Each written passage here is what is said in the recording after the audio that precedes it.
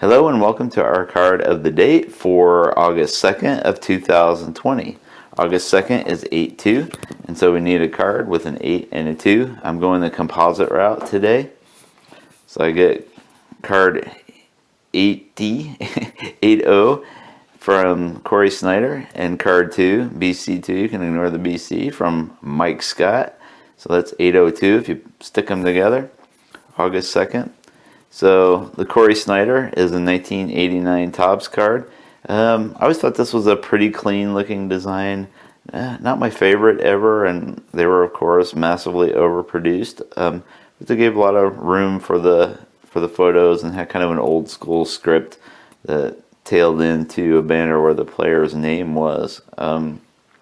Interesting, they did not have player positions on the front of the cards here. But there's Snyder in the Indians dugout in his home white uniform and the old or the Indians logo. I think it's old now. I think they're done with that logo. The card backs were pink, red, and black. Interesting color scheme, but it stood out well. Snyder was a pretty big power hitter in the 80s. You can see he had 24, 33, and 26 home runs. Really low batting averages. Lots and lots of strikeouts. So he would have fit well in the modern era, probably, especially if he could have brought those walk totals up a little bit.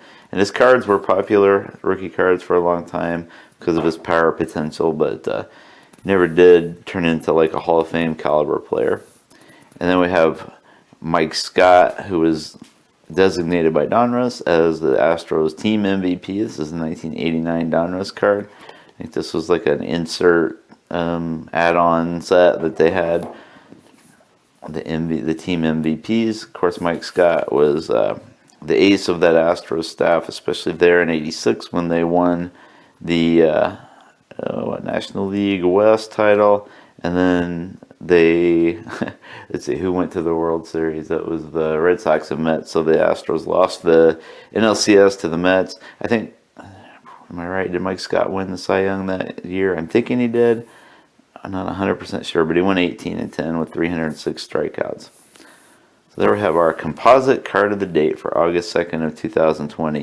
1989 Donruss team MVP Mike Scott, and a 1989 Topps Cory Snyder.